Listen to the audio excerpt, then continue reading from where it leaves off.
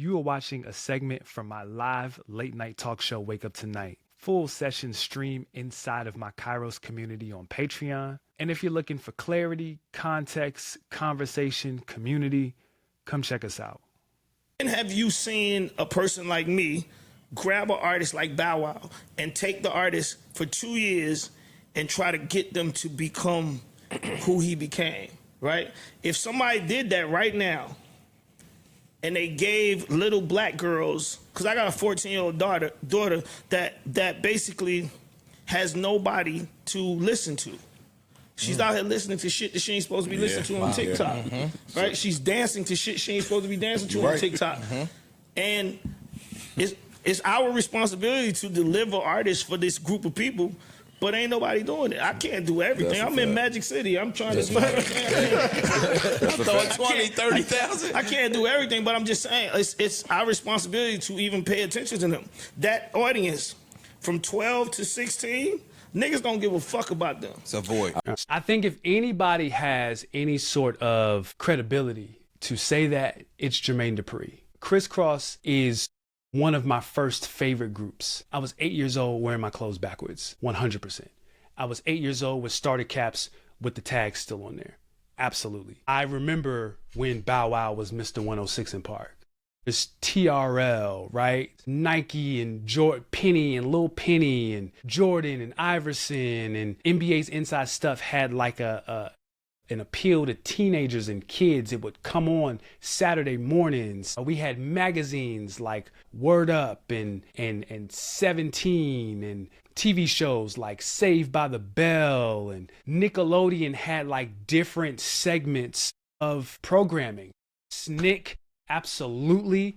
All that. Are You Afraid of the Dark? The Secret World of Alex Mack. If you can't tell by now, I was a Nickelodeon kid. I was never a Disney kid, ever, outside of like a Goofy movie. Kenan and Kel, The Adventures of Pete and Pete, My Brother and Me, Hey Arnold. Oh my God. I just bought the Hey Arnold vinyl. Like, they put out a special edition vinyl with all of the music from the show. All of those things were so geared towards a very intentional demographic, but it felt like the heart and soul of it was like 11 to like 16, 17. And you can tell that by the audience. Like, look at a game show like Legends of the Hidden Temple or Nickelodeon Guts. All the players were like teenagers. The audience, teenagers. You watch 106 in Park or TRL, who's in the crowd? Teenagers. What time did that come on during the day? As soon as you walked in the house after coming home from school, you would turn on your TV and there was specific entertainment, television, music that was geared towards the teenager, right? I think those things are important because it helped you to feel seen as a teenager. It helped you define that period of your life where the emphasis is so heavy on identity. So many people go left or right as teenagers just based off of what they identify with. You know what I'm saying? Some people identify with the wrong things. And I had some friends that I grew up with that got into a lot of trouble. And those decisions that they've made as teenagers, some of them have changed their lives and they've 180'd and got out of that. Some of them didn't. Some of them are still in and out of jail. Some of them are no longer with us. They've passed on simply because of what they identified with as who they were as a teenager. So that age is very, very, very important and very, very pivotal. And what I notice is nowadays that demographic doesn't exist in 2025. Do y'all think it does? Do y'all see it? Because I feel like teenagers now, they're stuck. There's still a lot of kiddie content. You know what I'm saying? Like the kids are killing on YouTube, killing it. And then of course there's like adult content, but I feel like there's no teenager-based content. There are teenagers who are making things, and we can just talk about YouTube or streaming and different stuff like that simply because that is the way that kids are taking in entertainment nowadays. They're not doing what we're doing. They're not coming home. To Julian's point, yes, it was definitely a different world back then, but kids aren't coming home from school and turning on the TV. I mean, they can have their phones in class. So they're constantly connected to these different worlds. And I feel like if we were around in the 90s and 2000s, there would have been like a teenager based social media platform.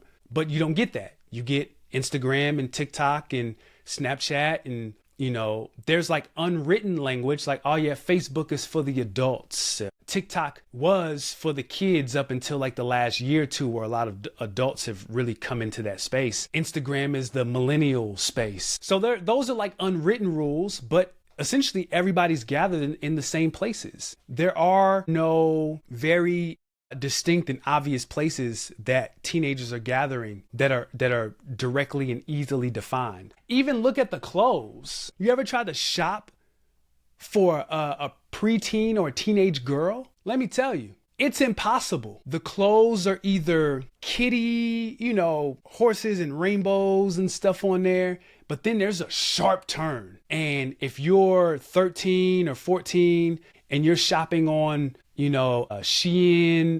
When I was a kid, the teenage girls were shopping at Rainbow. And I'm going to talk about that because Rainbow's not necessarily a teenager store, but it's where the teenagers were shopping at.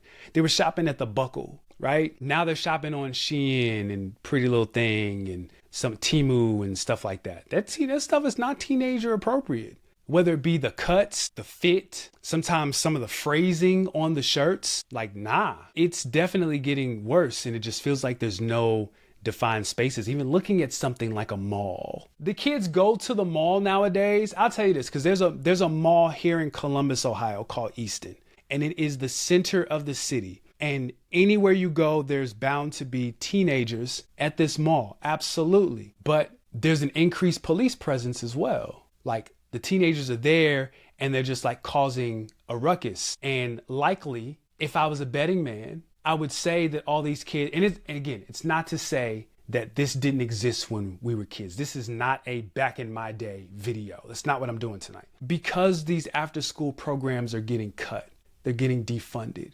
Because there's less of an emphasis on music and playing an instrument and sports, clubs in high school. My daughter didn't have no clubs in her high school. My son does. My oldest daughter didn't. Now you have 2-parent households that are working, and it's harder to take your kid to a practice or to go here or whatever that looks like, right? I say all that to say it is difficult to logistically make space for an after school activity. Sports are expensive. Cost of living is going up. The government is defunding and cutting all these programs. So now in turn, the kids are showing up at the mall with all this energy from the day from having to sit in a class, and they just want to go crazy. And the mall ain't really the place for that, right? And I'm saying that because they don't have a space. So to that point, I think it shows up in what Jermaine Dupri was saying. No one makes content. No one connects artists with teenagers anymore. You know what I'm saying? So here we go. So Shane said, interesting enough, a city on the East Coast increased funding for community activities and crime went down. Exactly my point. I think it's harder for teenagers now because there's that gap, right? Because they're too old for the kiddie content. They're not going to watch Coco Melon. They're not watching Gracie's Corner, right? Unless they have a little brother or sister. Even though we say they're too young for the adult spaces, truth be told, because all those places are intermingling and interconnecting, those are the spaces that they're identifying with. So we can look at streamers and say, yo, Kai Cenat, yo, he got the kids. You know, this streamer got the kids. Have you watched any of those streams? Some of it is, yeah, like, and again, this is not me going on these kids need to, but don't be so quick to just say, oh, that's content for teenagers. You know what I'm saying? Like, they be saying some stuff, they be doing some stuff that I don't necessarily know if parents would want their kids to be, you know, consuming that. But we just like dismiss it to the point earlier that Black Shinobi was making was like, yo, I was 10 years old playing Vice City. My parents didn't know. We just kind of look at certain people and say, okay, this is the, you know, we look at a Kai Cenat. I'm not trying to like throw him under the bus by any means, but we look at a Kai Cenat and say, yo, he's for teenagers, or Amp, their whole crew. Yeah, they're for teenagers. Some of it is cool. Some of it is not, right? And I think what happens is when you don't see yourself reflected, you end up settling for what's available, even if it doesn't fit. especially when your identity is forming. Have you ever, I would love to know if you've ever noticed your kids latching on to stuff that felt like it was too old for them, and how did you respond? So because adult culture then becomes the default, there's now earlier exposure to some things. And now in turn, there's like pressure to grow up. There's less room for like a natural identity formation. I feel like that to the point of that article and what many of our teenager experience was, you're a child. And then like as a teenager, you get some semblance of responsibility. You might get a part-time job. You're more responsible for your schedule at school. You're basically your class is in different spaces. You might have a car, you know what I'm saying? Even something as small as like you may not have a bedtime. Your parents may not be checking your homework the way that they did when you were in elementary or middle school. So there's this like greater sense of responsibility that grows with teenagers, and that in turn prepares you for your adult years, at least your young adult years. When you don't have that space, you're exposed to adult culture as a default, and like you don't really get time to grow up. And so as a parent nowadays, because everybody has this phone, and yes, I'm not going to say that this is for everybody, but for many parents, by the time their kid is a teenager, they're not necessarily putting like crazy restrictions on their phone. They're exposed to most things and if there are restrictions on the phone, if there are restrictions on the TV, if you live in a super, religious or rigid or structured household and you can't watch certain things on television, or you can't play certain video games, you can't listen to certain music. Oh, you'll go to school and you definitely have classmates and friends who do not have those restrictions at all. So you will just run into stuff. You'll be exposed to stuff by default. So as a parent, there's this like weird like context or space where like you're trying to guide them, but you don't want to rush them. You know what I'm saying? You want to protect them, but you don't want to isolate them, right? So with that, we have to talk about this gray space of teen content. Because I can't sit up here and say the teenage space, it was so protected and kids could be kids. Oh, no, buddy.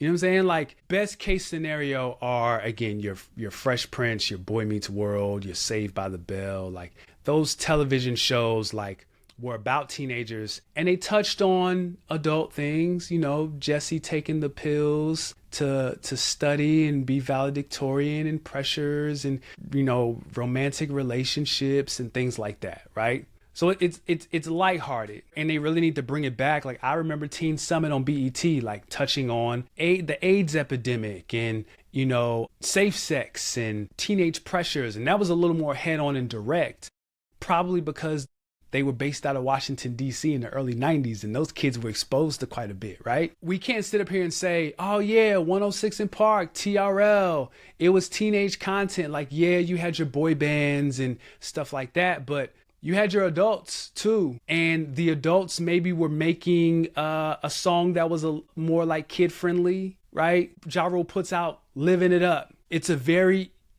clean, on the surface, easily digestible song, and it's catchy, right? But by that Ja Rule 336 album, there's a whole bunch of shenanigans on that album, content-wise. So again, to the point earlier, the parents see the song on the radio, they hear this song, oh yeah, that's Stevie Wonder. Yeah, they ain't really tripping. They may see the parental advisory sticker and be like, I don't know. Some of them, they didn't even know what a parental advisory sticker was. There is such a gap between, my parents who were born in the late 50s, early 60s, and me being born in the mid 80s to now, with my kids being born in the early 2000s, my older kids. I know about most of the stuff that they are into. I'm aware, I'm hip. Again, we are sharing the same space, getting information from the same space. The only separation is the algorithm, but a lot of stuff overlaps.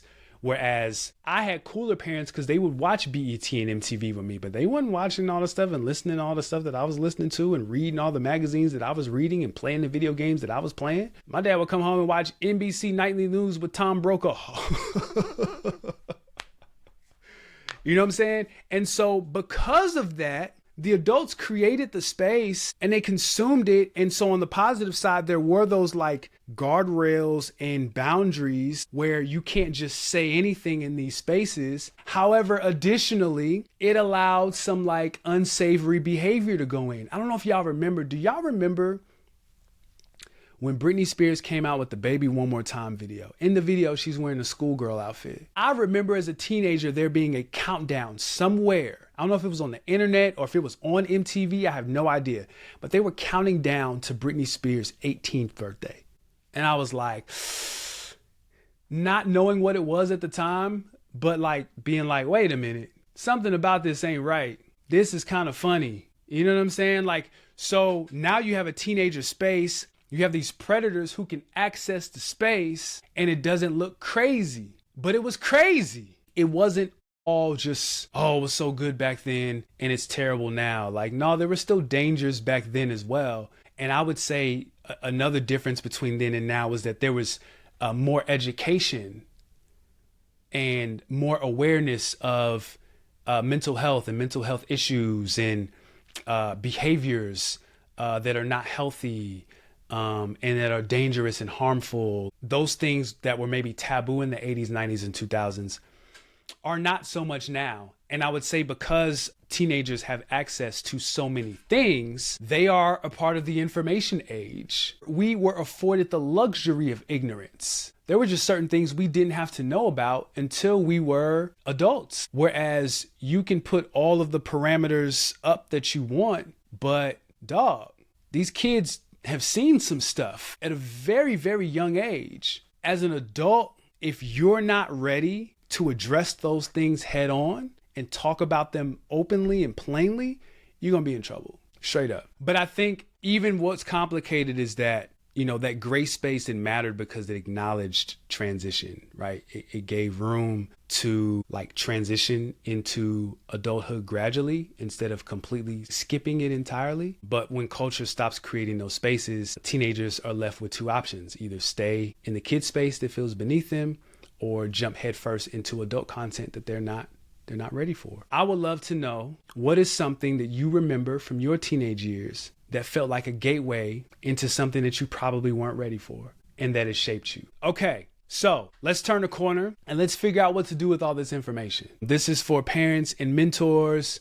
I want to get into my coaching bag, and I want to, first and foremost, I want to share intentional strategies for those with teenagers. So if you have a teenager, again, whether you somebody that you're mentoring, you know, we got teachers in here, we got uncles in here, like whatever that is. The first thing and the most important thing to do, fill the cultural gap with guidance. Because I always get this question, Armond, as a Christian, how do you engage and how do you listen to this, you know, how do you listen to this music? And, you know, how do you, your kids, how do they engage this, that, and the third, and blah, blah, blah, right? This is how I guide my kids through this stuff. I ask questions. I ask them, what are you into? Why? What about this artist or this music or this television show? What is it about it that you enjoy? What pulls you in? I create space to process, to not just consume. Sometimes my son will just be on his phone and I will break that up and I'll say, man, you've been on your phone for an hour. What's something valuable that you've swiped up and seen? What's something educational that you've learned? What's a skill? What's something that would help you be a better person? Or because it's very easy for him to just swipe the same way we all do, right? To just get in this bag. And I think it's even more dangerous at that age because that brain is still forming and it's very impressionable. And I always tell my kids, you need to know your why. So don't just tell me what you're watching. Tell me why you're watching it. You need to be able to articulate that, because I love to teach my kids interpretation and not just imitation. You just doing stuff and you don't even know why you're doing it. You're just like, oh no, this is, you know what I'm saying? Like teenagers can be very dumb, right? Oh no. No, I need you to communicate why this thing is and make it non-judgmental. And I love that. I love that, Colin. So you say my knee-jerk reaction is to protect and to condemn. The biggest thing that I've learned, what's made me, I feel like I'm a great parent. I feel like I'm a fire parent. There's a lot of things that I get wrong that I fall short on, but I'm a great parent. And one of the reasons why I'm a good parent is because we got 11-year-old twins. God bless you. Boys or girls. And I will allow them to educate me. Put me on. Oh, boy and a girl. Oh, word. God bless. That's beautiful, man. That's dope. That's dope. But I allow myself to sit back and be in a place of student. What is it about Kai Cenat or this song or whatever that makes this dope for you, that you like and you enjoy? What about it? And you know, kids love nothing more than to tell you why they love something. If and I'll get into this later, but if you have fostered and created that sort of that dynamic where that is accepted, where kids feel safe to communicate that with you, they'll talk your head off. And then from there, you can do your own research. And the best thing to do is to just ask them questions to get them to a place to understand what they're engaging. Now, some stuff you should absolutely protect and condemn them from. Absolutely. Absolutely. But some of that stuff also is just an opportunity for you to connect with your kids and just get a better understanding of them. Sometimes it's just more about the relationship. When my daughter was like 13 or 14, she was a big Nicki Minaj fan. And I was scared because I'm like, oh my God. You know, this is the age where like body changes and I'm looking at content and what it means to be a woman and this, that, and the third and blah, blah, blah, blah, blah. And I said, okay, Armond, like you can snatch this away or, because someone else like you don't need to be listening to that.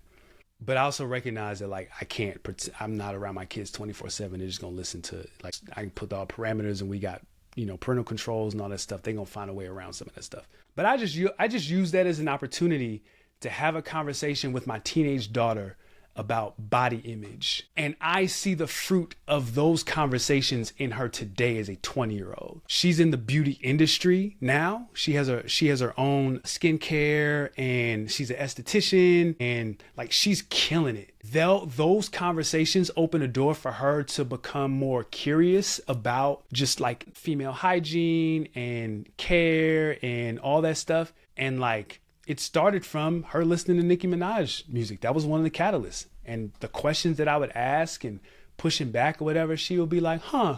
So whether she listened to it or not is whatever. But I always love to get my girls I love to get my kids thinking about stuff. Some stuff I'm just not going to have to tell you. Some you just going to have to figure it out or experience it for yourself. My kids, I try to guide as much as possible. I want them to question culture because some of the stuff that their contemporaries, their classmates, they think is cool. And I'm like, that's corny. Why are you into that? Once they realize it for themselves, they're like, shoot, this is corny. Oh, this is kind of crazy. I want to be able to guide them and not necessarily restrict them. There's this like weird balance of setting boundaries so like teenagers can explore without falling off the cliff. There's a way to go about it. And really, honestly, a lot of it, man, is trial and error. It's trial and error. Have any of you guys ever tried to, guide your kids through culture?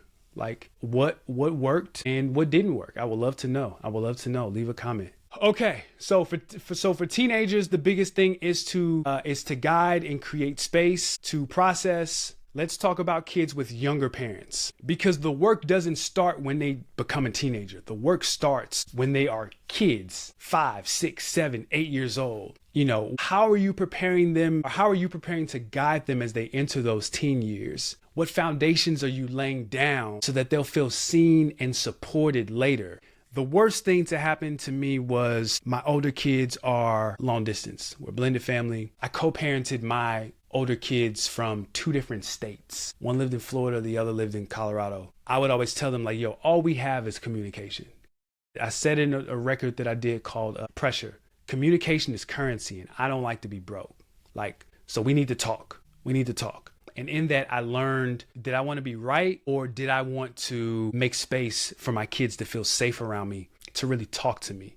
And if not talk to me, talk to other people that I have also deemed safe, right? Creating that safety for your kids to feel seen and respected and loved and all that stuff. Like that will feed into when they become a teenager and they get into stuff and they see stuff.